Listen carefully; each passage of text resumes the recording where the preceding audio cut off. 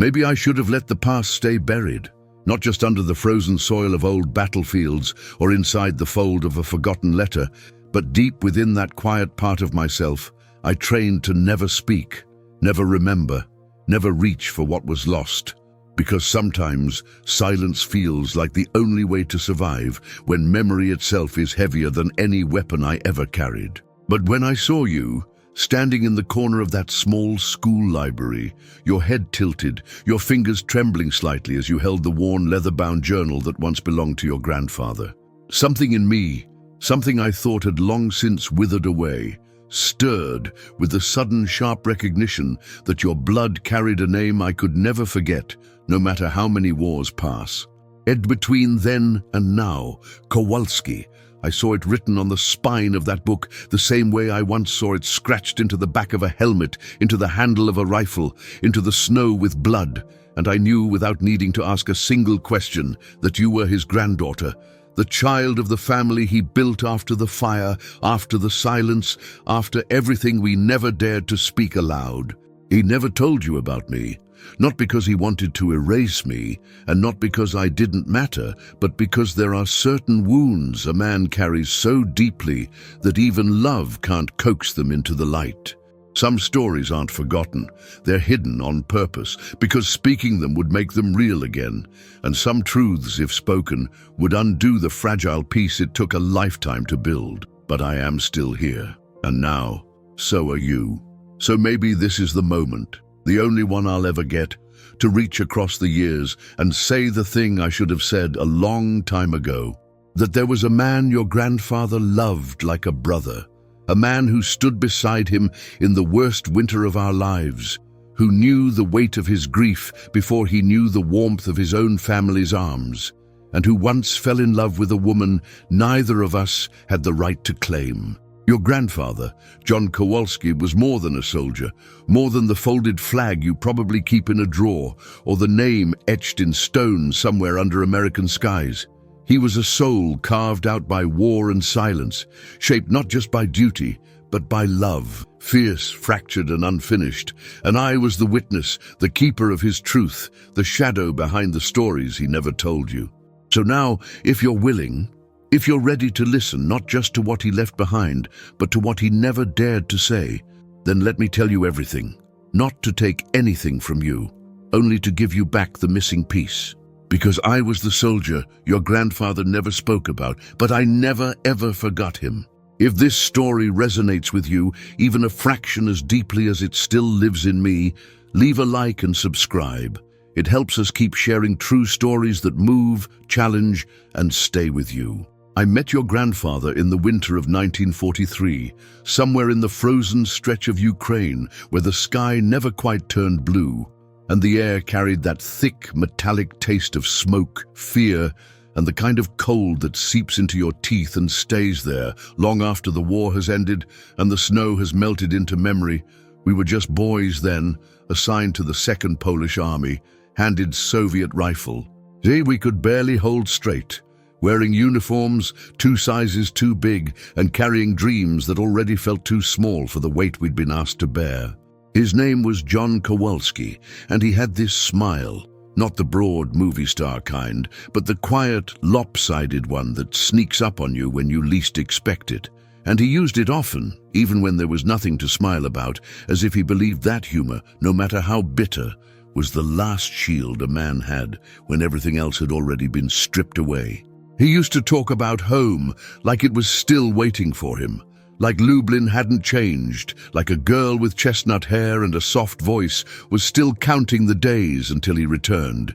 And I didn't have the heart to tell him that nothing waits during war, not really, because I carried my own version of that lie folded neatly in my breast pocket. Mine was a letter, handwritten in blue ink by a woman I had kissed only once, on a rainy platform in Vilnius, before I boarded a train I never expected to survive. She had promised me love in a language that felt like prayer, not because she believed in it, but because we both needed to believe in something, anything, even if it was just the promise of returning to a life that would never again feel whole.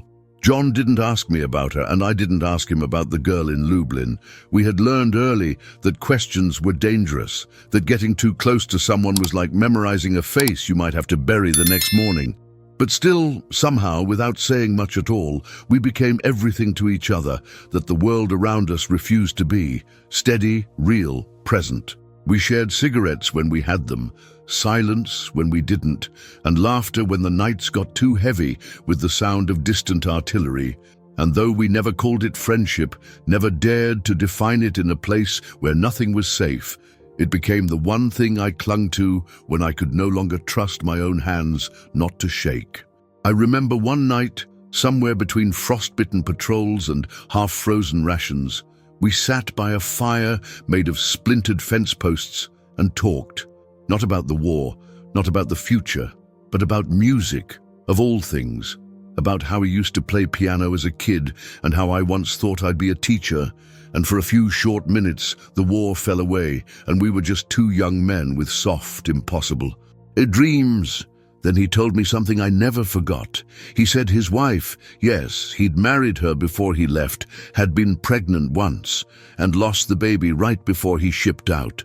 He didn't cry when he told me that. He just stared into the fire like it might answer a question he didn't know how to ask. And I didn't say a word. I just listened. Because sometimes that's all you can do when someone hands you their grief. Just hold it without trying to fix it, because you can't. And pretending you can is worse than saying nothing at all. From that night on, I knew there was a part of him that had already died before the war even touched his skin. And maybe that's what bound us so tightly.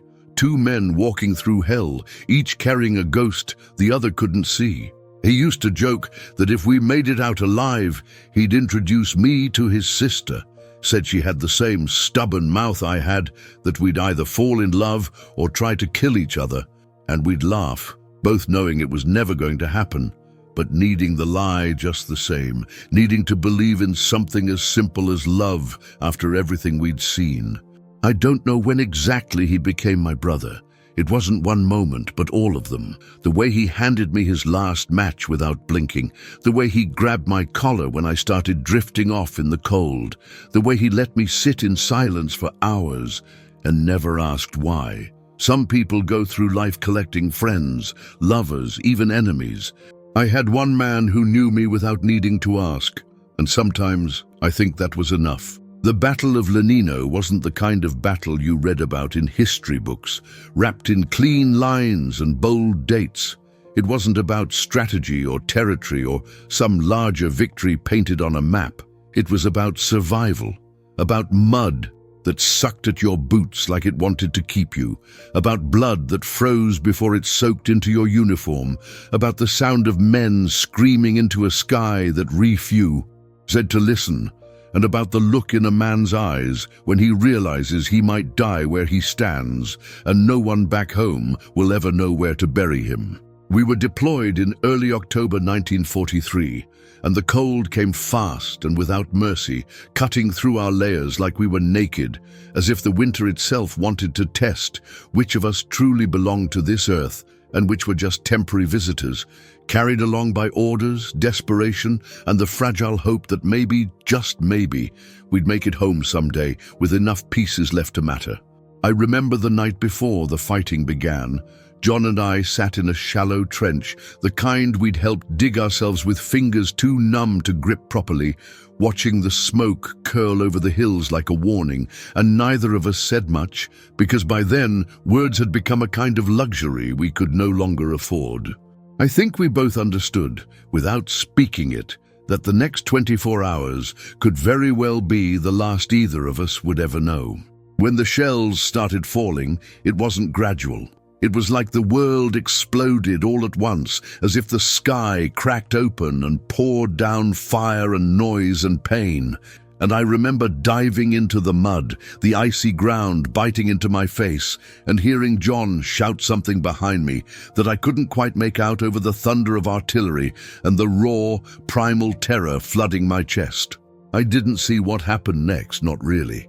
Just flashes of movement, bursts of color, the sharp sting of dirt and smoke in my eyes, until I felt it, The impact that sent me crashing to the ground, my leg twisting under me, and the blinding white pain that told me something had gone terribly wrong. I thought I would die there. I truly did. And maybe I would have, if not for him. Because John wounded himself with a bullet lodged somewhere in his shoulder, crawled through 50 meters of chaos, dragging me behind him like a sack of broken bones, refusing to let go, even as bullets zipped past us and shrapnel lit up the sky like lightning. And when we finally collapsed behind a burned-out tank, he didn't even pause to breathe before pressing his hand to my wound and say, "You're not dying here, not like this, not today." That's when I knew, whatever bond we had before, whatever unspoken truth lived between us, it had just been sealed in blood, not metaphorical but real, warm and pulsing and undeniable. They took us to a field hospital after that, a dimly lit tent that smelled of iodine and death and wet fabric, and we lay there for days, side by side, not speaking, not sleeping, just listening to the groans of men whose bodies had already decided to give up. And the silence between us was the kind that didn't need filling. It was heavy and complete and sacred. One night, sometime after the fever started to break and I could feel my leg again, John turned to me, slowly, like the effort cost him something, and he said almost in a whisper, "Before I left, we lost a baby." I didn't know what to say. There are no words for that kind of pain. No correct reply, no comfort that doesn't sound like an insult. So I said nothing. I just looked at him, not with pity, not with confusion, but with the quiet understanding of someone who knows what it's like to carry a grief that no one else can see, a grief that doesn't fit neatly into stories or speeches, a grief that just sits there, waiting, pulsing like a second heartbeat under the skin. From that moment on, I stopped thinking of John as a fellow soldier, or even a friend. He was my brother in every way that mattered, forged not by blood but by fire, by wounds we never spoke of again, and by the knowledge that both of us had already lost more than we would ever be able to name. Lenino didn't end with a victory. Not for us, not for anyone. It ended with fewer men than we started with mud soaked through our boots and into our bones, with faces we'd never see again and names we didn't have time to learn, and with a silence that followed us home like a ghost that refuses to be buried. And through all of it, the only constant was John. The man who saved me not once but twice, once from the battlefield and once more from myself. When we were reassigned to Lublin in the spring of 1944, something in the world shifted. Not the war itself, which still raged on like a beast with too many heads, but the texture of the days, the color of the air, the way birds returned to the sky as if they didn't know the blood that had soaked the soil beneath them. And for the first time in months, maybe years, I allowed myself to breathe, and something that wasn't smoke or fear or the bitter cold taste of loss. Lublin was cracked and weary, like every other city touched by the war, but it held on to something, a rhythm, a heartbeat, a stubborn refusal to die. And that's where John brought me, smiling in a way I hadn't seen since before Lenino, telling me there was someone he wanted me to meet, someone important, someone who had waited. I didn't know who I expected, but I never, not in my most desperate fevered imaginings, expected her. Because when the door opened and she stepped out of the shadowed hallway into the grey light of that broken kitchen, I saw her face and felt the world collapse inward, not with a scream or an explosion, but with the quiet, breathless precision of a memory returning too fast, too vividly, too completely, and I knew in that instant before a word was spoken that she was the woman who had written it. And the letter I'd carried through fire and frost, the woman whose handwriting I knew better than my own, the woman whose promises had stitched me together more times than bullets had torn me apart. Her name wasn't spoken, not then, and it didn't need to be. Our eyes met, hers wide, disbelieving, wet with the tremor of a recognition neither of us dared name, and in that silence, between John's cheerful introductions and the soft clink of cups on a table too small for secrets, we exchanged the kind of truth that lives beneath language, beneath morality, beneath the tidy categories of right and wrong. She had changed, of course, thinner, paler, wrapped in the stillness of someone who had waited too long, but her presence, her gravity, was the same, and as she moved across the room to pour tea, her fingers brushed mine for the briefest second, and I felt it.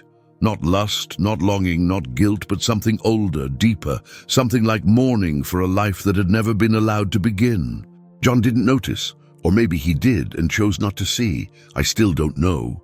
And maybe that's what hurts the most. Because in the days that followed, the dinners, the walks, the quiet conversations between old friends pretending to be just that, I realized I couldn't stay, that I had become a fracture in the home he was trying to rebuild, a ghost in his living room, a memory walking on two legs and pretending not to feel the heat of her nearness like a brand pressed against my ribs. So I left, not with ceremony or explanation, just a folded request for reassignment, handed in with steady hands and a name scribbled at the bottom like it didn't belong to a man unraveling from the inside. But before I went, I gave her something. Not a kiss, not a touch, not a word spoken aloud, just a letter, the original one, yellowed and creased, the one she had written to me before the war swallowed us whole, the one I had read so many times I could recite it in my sleep, the one I had never answered because I had never known how. I slipped it into her hand with no one watching, and she took it without asking why. We never spoke again. I never received a reply. And though part of me longed for a sign, for some acknowledgement that the silence between us was not abandonment, but mercy, I understood that whatever had lived in that letter, whatever had burned between us in a single glance and 1,000 unsent words, had been buried in the space between her husband's heart and mine, and neither of us had the right to dig it up. I spent the train ride out of Lublin, staring at my reflection in the window, watching the countryside blur past, like a memory dissolving in motion, and I told myself I had done the right thing, that leaving was not weakness, but love in its final, truest form, the kind that gives without asking, protects without claiming, and disappears before it becomes something it can't take back. But that goodbye, that quiet, unfinished, unspoken goodbye, stayed with me longer than any battlefield, longer than the screams or the hunger or the gunpowder lodged in my lungs. It was the goodbye that made everything else feel bearable, and the silence that followed was the price I paid for walking away with my soul intact. When the war finally ended, it didn't come with music or flags or the kind of closure people like to write about. It came like a quiet exhale after years of holding your breath, like a pause that arrived too late to matter, and instead of celebration, there was only the stillness of exhausted men looking at one another with blank expressions, as if trying to decide whether the lives they were turning to were still waiting for them or had moved on without a trace. I made my way back to Gdansk, though it barely resembled a city by the time I arrived, more a skeleton of walls and ash than a home. And I tried, in the only way I knew how, to build something from the ruins, starting with a job, then a room, then the smallest rituals of daily life. Boiling water, folding clothes, sweeping dust from the corners, as if order could be restored by repetition alone. But no matter how carefully I tried to arrange my life into something resembling peace, the silence in my chest remained, thick and unmoving, like a name I couldn't say out loud. For a long time, I didn't know where John had gone. The war had scattered us like leaves caught in wind we couldn't control. But eventually, through a man I'd once shared a trench with, I learned that he had returned to Lublin, that he had survived, that he had married, and had children and lived what most would call a respectable, quiet life. They said he worked in an office, wore a tie, and never, not once, spoke about the war, not to colleagues, not to friends, not even to his own children. I remember sitting at my desk that night, an old wooden desk in a borrowed room, staring at a blank sheet of paper for what felt like hours, before finally picking up the pen and writing to him, not a plea, not a confession, but a gesture of presence, of memory, of gratitude. I told him I was alive, that I hoped he was too, that I never forgot what he did for me, and that if he ever wanted to to remember or even just to sit in silence, I was here. I never received a reply. And though part of me clung to the idea that maybe the letter had gotten lost, or delayed, or forgotten on a desk somewhere, deep down I knew the truth. That silence for John had always been a form of protection, not avoidance, and that perhaps the way he had chosen to honor what we shared was by never dragging it into the light where it might crack, distort, or steal away the fragile normalcy he had fought so hard to rebuild. I never wrote again. He had saved my life once with action, and once again with silence, and it felt only right that I returned the favor. I eventually married, though late, and without much ceremony, to a woman who loved me gently without demanding answers I couldn't give, who accepted the quiet parts of me as if they were natural, inevitable, and for a time I found comfort in her presence, in the rhythm of shared meals, of wordless mornings and long walks through a city still learning to breathe again. She died too soon, and though I mourned her and still do, it wasn't the kind of grief that undoes a man. It was the kind that settles into your bones and lives there quietly, like a familiar ache in the winter, reminding you that you once had something good, even if it didn't last. We never had children, and perhaps that too was for the best. Because I don't know what kind of father I would have been, not to a child who asked questions I wasn't strong enough to answer, not to a child who might look at me with eyes too much like my own and wonder why I sometimes stared at nothing for far too long.